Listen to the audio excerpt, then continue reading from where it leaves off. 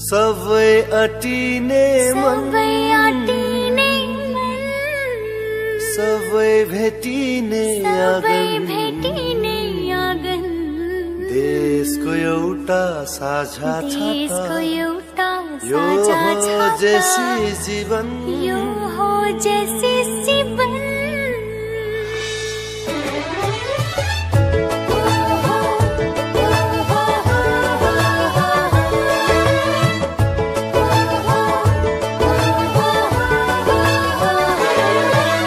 सबै अटिने मन, सबै भेटिने आँगन, देशको एउटा साझा छाता, यो हो जेसी जीवन। आज मिति 2081 फागुन 24 गते त्रिभुवननगर जेसिसले आयोजना गरेको त्रिभुवननगर जेसिस कफी टक सोमा उपस्थित भएका सम्पूर्ण अतिथिहरू र साथै जेसिस मनहरूलाई म वर्ष 2025 को महासचिव कृष्णदेव थापाको तर्फबाट हार्दिक अभिनन्दन टक्राउन चाहन्छु। नमस्ते। आजको यस कार्यक्रमको अध्यक्षताको लागि वर्ष 2025 का अध्यक्ष टङ्कबहादुर राउत अनन्तज्यूलाई म आसन गर्नको लागि हार्दिक अनुरोध गर्छु। त्यसैगरी आजको यस कफी टक सोको मुख्य आकर्षण रहनुभएका हाम्रा 3 जना वक्ता हुनुहुन्छ। माननीय शान्ता चौधरीज्यूलाई म आसन गर्नको लागि हार्दिक अनुरोध गर्दछु। त्यसैगरी म आसन गर्नको लागि माननीय रामा शर्माज्यूलाई पनि म आसन गर्नको लागि हार्दिक अनुरोध गर्छु। त्यसैगरी आसन गर्नको लागि विमला योगीज्यूलाई पनि म आसन गर्नको लागि हार्दिक अनुरोध गर्छु। नमस्कार, म जेसी टङ्क राउत अनन्त, त्रिभुवननगर जेसिसको अध्यक्ष। 115औं अन्तर्राष्ट्रिय श्रमिक महिला दिवसका अवसरमा आज हामी कफी टक सो गर्दैछौँ।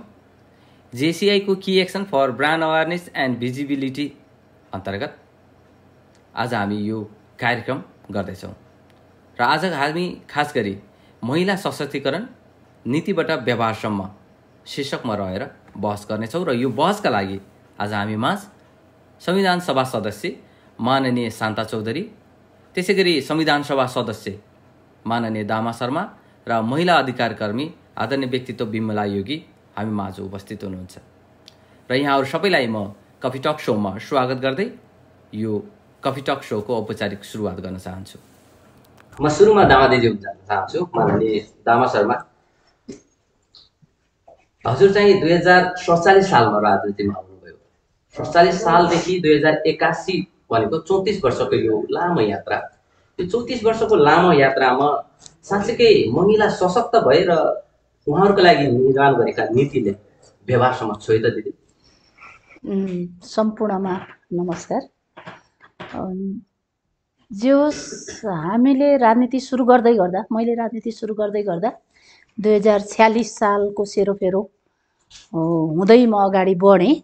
त्यति बेलाको महिलाको अवस्था र अहिलेको महिलाको अवस्था सामाजिक रूपमै गाउँघरमै हेऱ्यौँ भने पनि धेरै ठुलो चेन्ज भएको छ भन्ने मेरो आफ्नो बुझाइ छ। अब सबैको बुझाइ के कस्तो छ त्यो अध्ययन होला हैन, आफ्नो मत होला, तर मेरो बुझाइमा चाहिँ धेरै ठुलो कायापलट नै भएको छ महिलाको हकमा भन्ने मेरो आफ्नो बुझाइ छ। किनकि त्यति बेलाको राज्य सत्तामा नीति निर्माणका तहमा ब्युरोक्रेसी, सेना प्रहरी लगायत महिलाले आफ्नो लागि बोल्न सक्ने कुरा के, महिलाले म पीडित भएको छु है, म माथि विभेद छ है भन्ने बोल्न सक्ने वातावरण पनि निकै कम थियो भन्ने लाग्छ कि। त्यही भएर त्यस यताका 20 कति वर्ष निकाल्नु हो, 34 वर्ष त्यो सङ्घर्षमा हामी निरन्तर पनि छौँ र त्यसले धेरै ठुलो कायापलट नै गरे। मान्छेले, महिलाहरूले म माथि विभेद छ, म त्यसको विरुद्ध बोल्नुपर्छ पनि भन्छ र म माथिको विरोध ऊ मात्रै होइन, कसैमाथि विभेद छ बोल्न सकेका छैन भने त्यसको लागि पनि मैले आवाज उठाइदिन पर्छ भन्ने पनि अहिले चेतना बन्या छ। सँगसँगै राज्यको नीति निर्माणको तहमा हामी पुग्न पाएनौँ भन्ने त्यति बेलाको संविधानले 5% महिला सहभागिता भनेको थियो।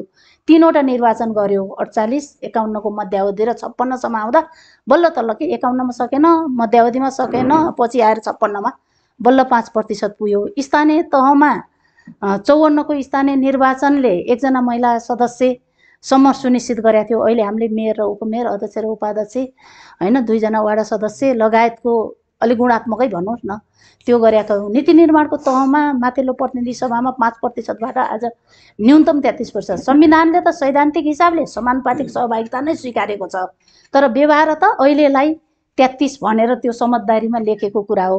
तर अब हामी अहिलेलाई भन्नेबाट संविधान संशोधनको पनि बहस चलिरहँदा अहिलेलाई भन्नेबाट अब जनसङ्ख्याकै आधारमा संविधानले जो सैद्धान्तिक सहमति गरेका छ त्यहाँबाटै जानुपर्छ भनेर अझै सङ्घर्ष त हाम्रो बाँकी धेरै छ हैन, तर फड्को चाहिँ गुणात्मक भएको छ भन्ने मेरो आफ्नो बुझाइ हो। जस्तो दिदी हजुरले अब यो लामो राजनीतिक यात्रामा महिलाले चाहिँ धेरै सशक्त भए भन्ने एउटा कोण हजुरको बुझाइ छ, त्यो सबैको नहुन सक्छ, तर व्यवहारता हेर्दाखेरि हामीले महिलाले जुन पाउनुपर्ने थियो, जुन उनको क्षमता थियो त्यो अनुसार प्राप्त नभएको जस्तो हामीलाई महसुस हुन्छ। र वास्तवमा हेर्नु भने अगाडि बढेको मान्छे धेरै अगाडि हुनुहुन्छ, जुन चाहिँ ग्रासरुटमा हुनुहुन्छ उहाँहरूको चाहिँ व्यावहारिक रूपमा उहाँहरूलाई हेर्ने भने उहाँहरूले जति फड्को मार्नु पर्ने थियो। जस्तो हजुरलाई अलिकति पृष्ठभूमिमा जोडे, हजुर जनयुद्धको पृष्ठभूमिबाट आउनुभयो, जस्तो हजुर आफै पनि एउटा शहीद परिवारको मान्छे हुनुहुन्छ, जुन जनयुद्ध सोचेर लाग्नुभयो त्यसका जिजीविसाहरू पुरा भए जस्तो लाग्छ दिदी हजुरलाई? अब जनयुद्धमा हामीले जे सोचेर लागेका थियौँ पूर्ण रूपले हामीले जनवादी सत्ताको परिकल्पना गरेका थियौँ, जनवादी सत्तै त हामीले प्राप्त गर्न सकेनौँ, तर हामीले वर्गीय विभेद जो छ त्यसको न्यूनीकरण गर्दै जाने, महिलाहरूलाई दोस्रो दर्जाको नागरिक भनिन्थ्यो, होइन महिला र पुरुष बराबर हो, महिला र पुरुषलाई समान न्याय हुनुपर्छ, समान नागरिकको सम्मान हुनुपर्छ भन्ने कुरा उठाएको थियौँ। संविधानले त्यो कुरालाई स्वीकारेको छ र सहभागिता पनि नीति निर्माणको तहमा महिलाहरूको सहभागिता हुनुपर्छ, निर्णायक तहमा राज्य सत्ता बाहेक सबै कुरा भरम हो भन्ने हो नि त हामी सिक्या क्लास त होइन, राज्य सत्ता बाहेक सबै कुरा भरम हो, त्यसैले नीति निर्माणको तहमा पुग्नुपर्छ होइन, जनसङ्ख्याको आधारमा भन्ने कुरा सैद्धान्तिक स्थापित भयो, न्यूनतम 33% सहभागिता भएकै छ। त्यो अन्य सेना प्रहरी ब्युरोक्रेसी सबैतिर पनि कम थियो, समावेशी निजामती सेवा ऐनलाई नै समावेशी बनाएर त्यहाँ पुर्यायौँ, बोक्सीको नाममा दमन हुन्थ्यो, कानुनै बनाएर नीति नै बनाएर त्यसलाई न्यूनीकरण गर्न खोज्यौँ, महिलाको माथिको हुने घरेलु हिंसालाई नीति नै बनाएर त्यसलाई न्यूनीकरण गर्ने प्रयास गऱ्यौँ होइन। यसरी हेर्दा प्रयासहरू नीति पनि बनेका छन्, प्रयास पनि सहभागिता पनि बढेको छ, तर तपाईँले भने चाहिँ वर्गीय विभेद वर्गीय अन्तर जो थियो त्यो अहिले पनि छ। गाउँघरमा जाँदाखेरि यही श्रमिक महिला दिवसकै सन्दर्भमा जहिले पनि आज हामी श्रमिक महिला दिवस मनाएर आइरहेछौँ, म उहाँ लगायत सबै। अब भरे साँझ मिडियामा ठ्याक्क के सुनिन्छ भने श्रमिक महिला दिवस श्रमिकलाई थाहा छैन भनेर यहाँ समाचार भन्छन्, हामीलाई पनि चिन्ता लाग्छ।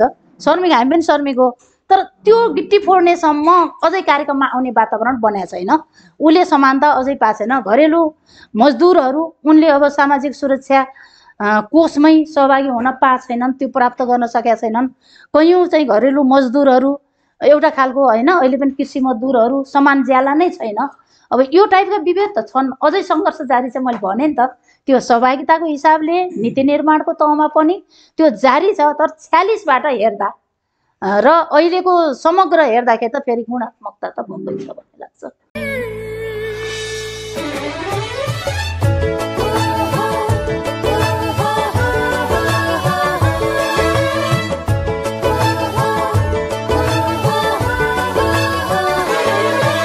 सबै अटिने मन सबै भेटिने आँगन, देशको एउटा साझा छता यो हो जेसी जीवन।